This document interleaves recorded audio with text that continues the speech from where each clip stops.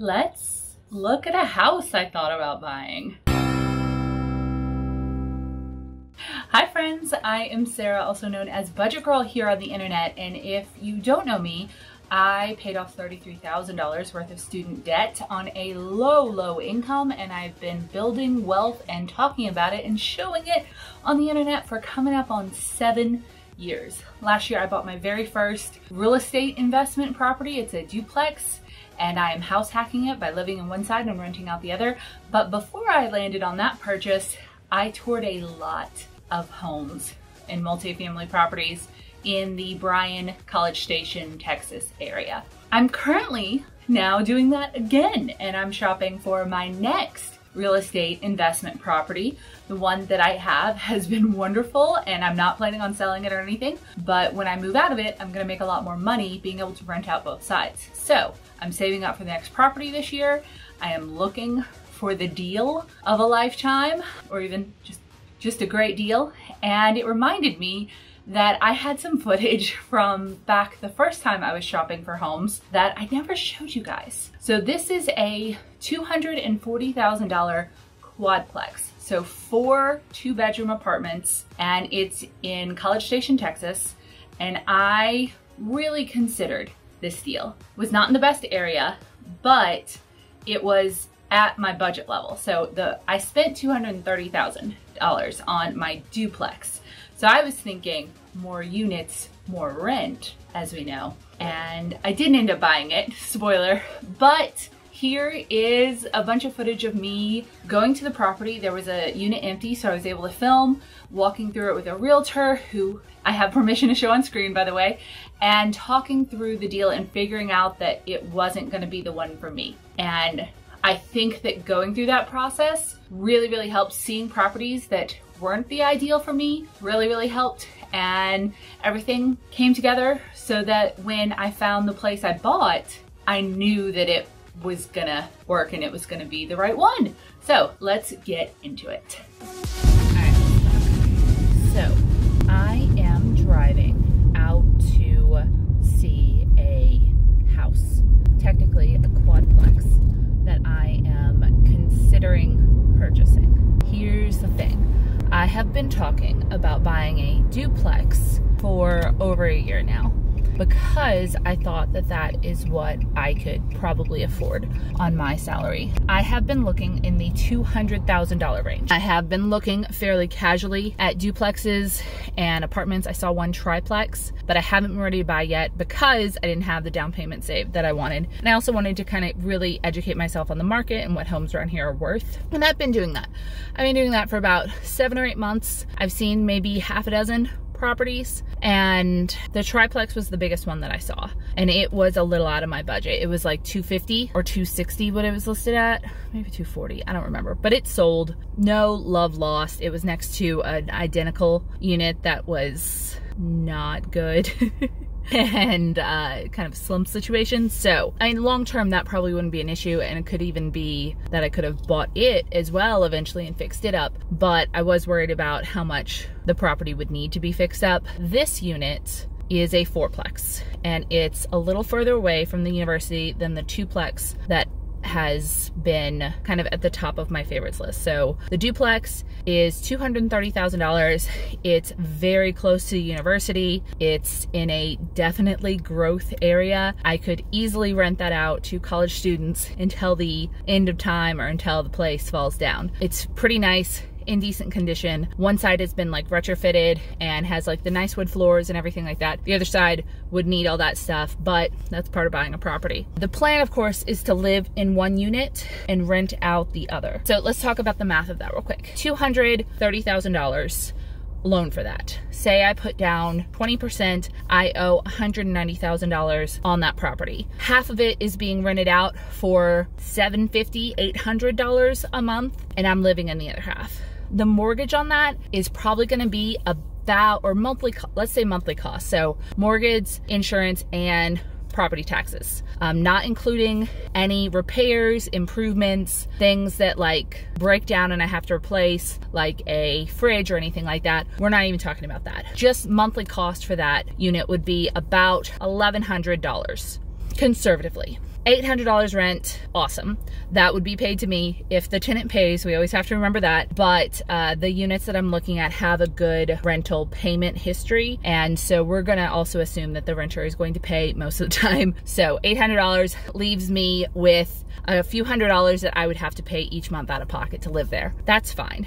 That's then building equity in the home. And then eventually when I move out, I can rent out both sides, but my housing cost would then, I'd still have to pay something on that. The quad. So 4 units, $279,000. So only 50 grand more than the duplex, further away from the university, but not far. Also closer to a hospital. Decent area, good area, surrounded by other quads. The cost of the monthly cost of this unit would be about $1,600 a month. We're talking mortgage, insurance, and taxes, property taxes. But the rental income is similar, about $750 a month. The quad that I'm going to look at today has 3 out of 4 of the units rented. Currently long-term tenants with contracts that end in July and would be fairly likely to re-up. So cost per month for this,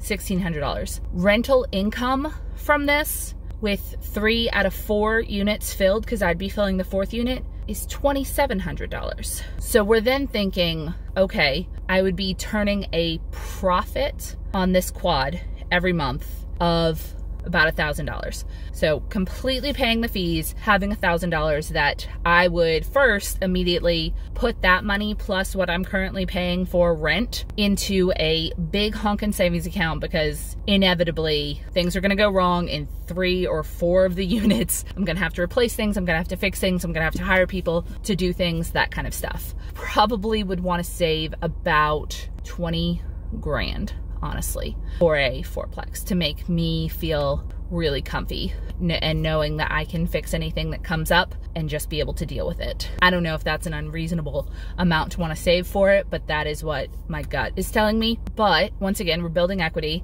and there's a positive cash flow. If I could turn my home, my property, into something that I can make money on every month in exchange for, of course, landlording and taking care of the place, that's another income source for me. And it is what I want to do eventually. I would love to make money off of my real estate, because right now, obviously, I'm paying and there's nothing wrong with renting. I'm so glad that I've rented this whole time. Owning has never been an option for me before this. Not a feasible option at all. Yeah, that's where we're at. The potential downsides, more debt. So instead of $200,000, it's $280,000, not including, you know, what I put down or anything like that. That's a lot for the level of income that I make by myself, which is the only thing I'm counting. The positive cash flow might offset that. I also don't quite have a down payment for $270,000 yet. So I might have to take out a different type of loan. Instead of a conventional loan, I might have to take out, and by the way, if you have more than 2 units, you have to put down at least 25% for a conventional loan. So not just the 20 to ignore PMI, but at least 25% is what I've been told and what I've looked up. So if you have 3 or more units, because it's considered a slightly different type of property. I could, however, take out a different type of loan, like an FHA loan, and have to put down a smaller amount of money at first. I would have to pay PMI, and I would have to pay probably another monthly fee that I could then, well, these would not go away immediately once I hit 20% equity. I would have to refinance, which I am willing to do. So I don't feel like I'm rushing into this. I don't have a problem renting for another year if at the higher rate, if this property isn't gonna work out for me for the numbers. But I also know that it would take me a lot longer to get a big enough down payment where to offset that potential small fee cost then would be probably worth it for the positive income flow of the property. So I need to run all of these numbers 1,000 different ways. I've already run them a few ways, but I am starting to see, and with the advice of some other people online in real estate groups, people I've talked to who have started with quads or have started with duplexes and what they wish they had done, honest advice, no skin in the game kind of stuff is really, really great. There are several Facebook groups for real estate people, like Bigger Pockets, real estate investors, that kind of thing, that people really do want to help you. They want to help new real estate investors not make the same mistakes that they did. So I've had some people reach out and offer me some advice, run the numbers with me. I've I've had some people give me like blatant advice of like, always go quad, like go as many doors as you can. I'm disregarding that type of advice, or or even the fear-mongering advice of like, you don't want 3 tenants. You don't want that. I'm like, no, that's what I'm signing up for here. Disregarding, outside advice, honing in on the advice that is actually trying to help me and is filled with reasons. I don't know why I'm telling you what type of advice I'm taking, but I'm going to see it today in half an hour, and I'm very excited. I haven't filmed in any of the homes that I've looked at so far because they've been fully occupied. All the duplexes in this area are fully occupied. I have not been able to find any that weren't, which is good. That's good for a person who wants to own rental property. I'm excited. This might be my next step. Clouds are stirring up the sky. I was always in denial of what I saw right in front of me. And every time I'm so damn lost to what I loved and what I lost. But let's get lost in love tonight. Hear a second voice inside my head. It's telling me to say tonight again, and hold on to the words we always said would be forever, forever. Wait another day to clear my thoughts, so jump into a love that won't be forgotten. Forever, forever. Let's run away together. Let's run away together. Let's run away together.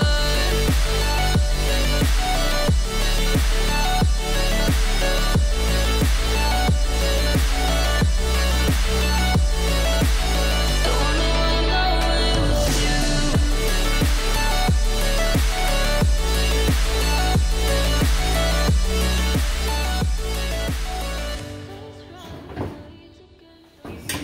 Converted this.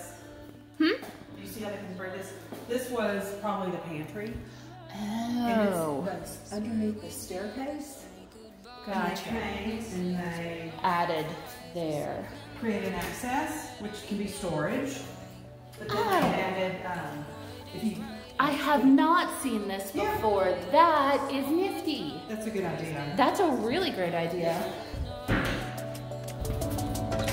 Hear a second voice inside my head. It's telling me to say the night again, and hold on to the words we always said would be forever, forever. that? Wait another day to clear my Oh, there's a side yard? Or is that just a little protected area for...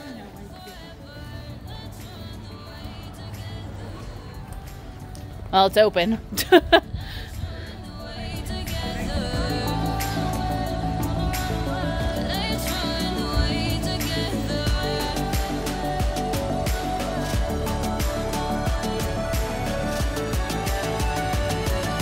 Let's run away together.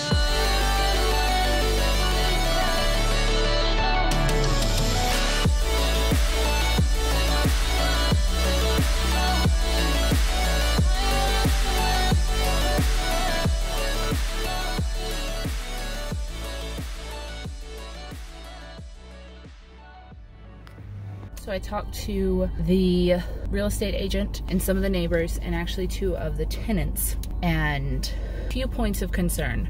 So and a few like good things. The unit that I looked in that is empty is in pretty good shape. I don't know how the units are that have been lived in, because the 2 tenants I spoke to have lived there for 4 and 5 years respectively. Both said they like the place. It's pretty quiet. One side said sometimes there is a little bit of rowdiness, is the way I think she phrased it. She's like, but everybody's cool. She was visiting. The person who actually lived there was like, nah, it's a pretty cool area. I also spoke to someone who lives across the street in some slightly nicer quads. So you can see just kind of like prettier, and they look like they're a little newer and a little bit better kept. Both tenants that I talked to did say that their electricity is like $200 a month. Now that is electricity, water, sewer, everything included, but that seems high for a unit that is not large at all. Both the bedrooms were about 9 and 12 feet. Both were small, not crazy small. Like I could fit my bed into the master bedroom in one of these, but I don't know if I could fit my dresser in there. The closets were also small. These are all fine things. The tenants do have pets, which is something I never really wanted in rental units, because pets do cause a lot of damage. Speaking as someone with pets who don't cause a lot of damage, I'm still willing to say, like, I don't necessarily want to be a landlord to somebody who has pets. That also said, you inherit what you inherit as far as tenants, and if they pay, that might offset it. Right, concerns. High electricity. The people across the street said the police do come every once in a while. I guess people get rowdy. The surrounding parts are much nicer than the actual part that I'm looking in. But the part that I'm looking in is not bad. There are several homes for sale, duplexes also in this area. I'm looking at one on a street a few doors down now. Oh, the other point of concern. The rents are lower than I thought they were. The rents are $640 to $670, and I think online it said $750 was the going rent. Now across the way, the tenant said, across the street, the tenant said she was paying like $675. So that changes the numbers just a little bit as far as what is coming in. Online on listing, it said the rents were $750. And if I can only get $675 out of each of the units at max, and some of them are or have considered re-upping their leases at that lower rate, I don't know. A lot to think about. Haven't ruled it out. Obviously, I think everyone wants the nicest place they can afford. This is top of my budget for right now. But it also might not be a bad investment at all, even if I only lived in it for a year and then turned it over and rented out all 4. That could be a positive income source that would offset how much I'm paying for rent. So there's that to consider. Also, a few streets down, like, these are really, really nice places. So that's interesting.